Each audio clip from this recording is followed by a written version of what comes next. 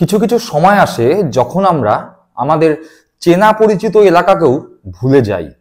কখন এই ধরনের সময় আসে? যখন আমরা অন্যান্য বিষয় নিয়ে বেশি চিন্তিত থাকি, নিজেদের বিষয় নিয়ে ভাবি না বা ভাবার সময় পাই না, তখন এই ধরনের পরিস্থিতি তৈরি হয়। যেমন ধরুন, আপনি আপনার শত্রু বা অন্য কাউকে নিয়ে এতটাই ব্যস্ত আছেন যে নিজের পরিবারের লোকজনের নামে ভুলে গেছেন, বা আপনি ধরুন অন্য কোনো জায়গার বিষয়ে এতটাই চিন্তিত যে নিজের পাড়া বা নিজের গলির নামটাও মনে রাখতে পারছেন না। ঠিক এইরকমই অবস্থা হয়েছে পশ্চিমবঙ্গের বিরোধী দলনেতা, নেতা প্রতিপক্ষ যিনি বলে থাকেন নিজেকে, সেই শুভেন্দু অধিকারীর। কেন বলছি এ কথা? তার কারণ ইতিমধ্যে আপনারা সকলেই জানেন, বিজেপি দল নিয়ে বা বিজেপি দলের সংগঠন নিয়ে শুভেন্দু অধিকারী যতটা বেশি না চিন্তিত, তার থেকে তিনি বেশি চিন্তিত মমতা বন্দ্যোপাধ্যায়, অভিষেক বন্দ্যোপাধ্যায় এবং তৃণমূল কংগ্রেসকে নিয়ে। তিনি যখনই সুযোগ পান, তিনি যখনই সময় পান, তখন তার একটা মাত্রই উদ্দেশ্য এবং একটাই কাজ, যেন তেন প্রকারেণ মমতা বন্দ্যোপাধ্যায়, অভিষেক বন্দ্যোপাধ্যায়ের কড়া সমালোচনা করা, তৃণমূল কংগ্রেসের সমালোচনা করা, পারলে মমতা বন্দ্যোপাধ্যায়কে এই মুহূর্তে 14 তলা থেকে, অর্থাৎ নবান্নের 14 তলা থেকে হিড় করে নামিয়ে সেই 14 তলায় উঠে মুখ্যমন্ত্রীর চেয়ারে বসা। এটি শুভেন্দু অধিকারীর এই মুহূর্তে একমাত্র লক্ষ্য, এবং এটি তার শয়নে স্বপনে নিদ্রায় জাগরণে তিনি এই জিনিসই ভাবছেন। এবার এসব ভাবতে গিয়ে বিজেপির হয়ে তার যা কাজ, সংগঠন তৈরির কাজ, সেসবে তিনি মন দিতে পারছেন না। ফলে কেন্দ্রীয় নেতৃত্বর কাছে রীতিমতো বকুনি খাচ্ছেন, ঝাঁকুনি খাচ্ছেন। তার ফলে যা হচ্ছে, তার মধ্যে জন্মাচ্ছে হতাশা, তার মধ্যে জন্মাচ্ছে ক্রোধ, এবং সেই ক্রোধের বহিঃপ্রকাশ হচ্ছে তার মুখ থেকে।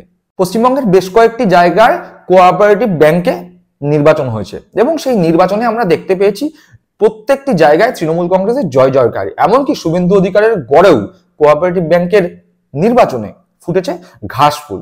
এটিও একটি লজ্জার ঘটনা, এবং সেই লজ্জার ঘটনা ঢাকতে, তার হতাশা ঢাকতে সে এসছে সাংবাদিকদের সামনে, এবং এসে তথাকথিত ভাবে সেই সংখ্যালঘু সুরসুরি 70 বনাম 30-এর লড়াইকে চাগিয়ে দেওয়া, এই হচ্ছে তার মূল কাজ এই মুহূর্তে। এখানে এসেও তিনি বললেন যে বেছে বেছে নাকি শুধুমাত্র মাদ্রাসাতেই ভোট কেন্দ্র করা হয়েছে, যাতে মুসলিম অধ্যুষিত এলাকায় তৃণমূল কংগ্রেস সুবিধে পায়। আচ্ছা বলুন তো, ভোট কেন্দ্র যেখানেই হোক মানুষ ভোট দেবে। মানুষ অর্থাৎ সেই সমস্ত কোঅপারেটিভ ব্যাংকের যারা সদস্য, তারা ভোট দেবে। সেখানে কেন্দ্র কোথায় হলো তাতে কি বা এসে যায়? এবং সব থেকে বড় কথা, তিনি যখন এই কেন্দ্রগুলোর নাম করছেন, তখন তিনি নিজে মুখে বলছেন, আমার কথা নয়, আপনাদের কথা নয়, বা অন্য কারোর কথা নয়, তিনি নিজে মুখে বলছেন যে আমার নির্বাচনী কেন্দ্র কোন একটা মাদ্রাসায় যেন ভোট কেন্দ্র হয়ে গিয়েছিল, নাম ভুলে গেছি। অর্থাৎ নিজের ভোট কেন্দ্র এলাকায়, অর্থাৎ যেখানকার তিনি জনপ্রতিনিধি, সেই এলাকায় একটি স্কুল বা একটি মাদ্রাসায় বা একটি প্রতিষ্ঠানে কোঅপারেটিভ ব্যাংকের ভোট কেন্দ্র হয়েছে, সেই ভোট কেন্দ্রের নাম তিনি মনে রাখতে পারছেন না। তাহলে তিনি জনপ্রতিনিধি হিসাবে কতটা ব্যর্থ, যে নিজের নির্বাচনী ক্ষেত্র, অর্থাৎ যেখান থেকে তিনি জিতেছেন, সেই জায়গার একটি স্কুল বা একটি প্রতিষ্ঠান, তার নাম তিনি মনে রাখতে পারছেন না। তিনি আবার বিরোধী দলনেতা, তিনি কথায় কথায় বলেন তার নাকি বাংলাব্যাপী সংগঠন, তিনি বিরাট বড় সংগঠন, তিনি নাকি বিরাট বড় সংগঠক। সিঙ্গুর নন্দীগ্রাম আন্দোলনে তিনি নেতৃত্ব দিয়েছেন, তার গলি গলি সবকিছু চেনা। নিজের নির্বাচনী ক্ষেত্র যেখান থেকে তিনি জয়ী হয়েছেন, তিনি যদি তত বড়ই সংগঠক হন, তাহলে তার প্রত্যেকটি এলাকা, নিজের নির্বাচনী ক্ষেত্রের প্রত্যেকটি এলাকা, প্রত্যেকটি পাড়া, প্রত্যেকটি অলি, প্রত্যেকটি গলি, প্রত্যেকটি স্কুল, প্রত্যেকটি বুথ নখদর্পণে থাকা উচিত, মুখস্থ থাকা উচিত, মাথার মধ্যে গিজগিজ করা উচিত। সেই শুভেন্দু অধিকারী নেতা প্রতিপক্ষ, বিশাল বড় সংগঠক, যিনি না থাকলে তৃণমূল কংগ্রেস ক্ষমতায় আসতো না। মমতা বন্দ্যোপাধ্যায় মুখ্যমন্ত্রী হয়েছেন নাকি তার জন্য। সে নিজের এলাকার একটি প্রতিষ্ঠান, যেখানে নাকি কোঅপারেটিভ ব্যাংকের নির্বাচন সংগঠিত হয়েছে, সেই প্রতিষ্ঠানের নাম ভুলে গেছেন। তিনি ঠিক কি বলেছেন একবার দেখে নি।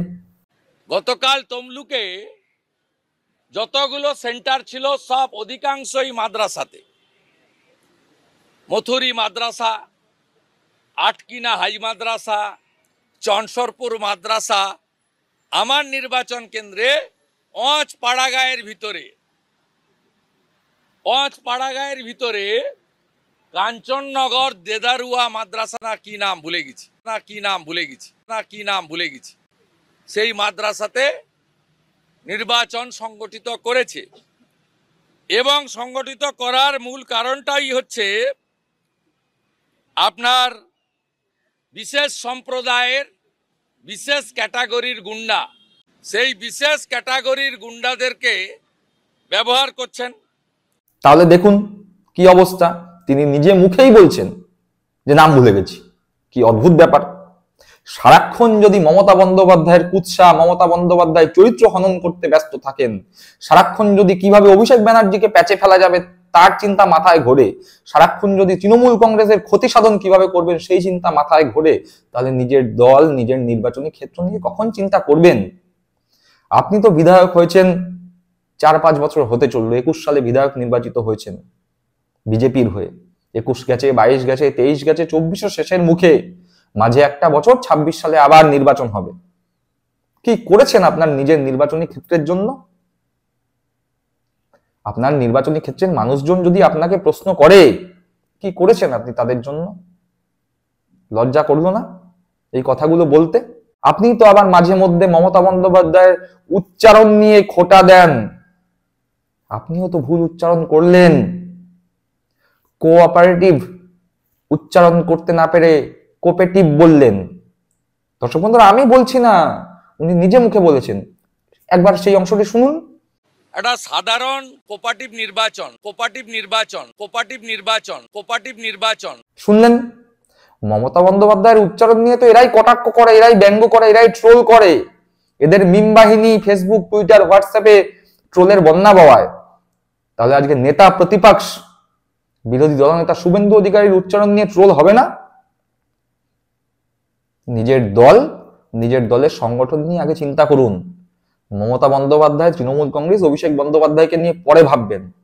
বাংলার প্রত্যেকটি মানুষ, কোচবিহার থেকে কাঞ্চনজঙ্ঘা থেকে শুরু করে কাকদ্বীপ পর্যন্ত প্রত্যেকটি মানুষ, বাংলার 10 কোটি মানুষের জন্য মমতা বন্দ্যোপাধ্যায় ভাবেন।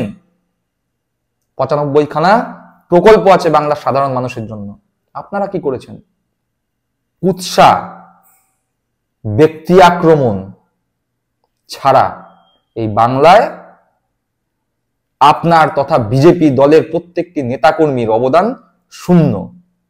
সিপিএম এর যা সিট সংখ্যা, বাংলার জনগণের উপকারের জন্য আপনাদের অবদান সমান।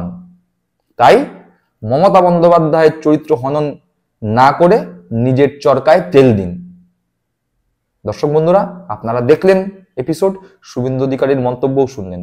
আপনাদের মূল্যবান মন্তব্য আপনারা কমেন্ট বক্সে জানাবেন। ভালো থাকবেন, সুস্থ থাকবেন। জয় হিন্দ, বন্দে মাতরম।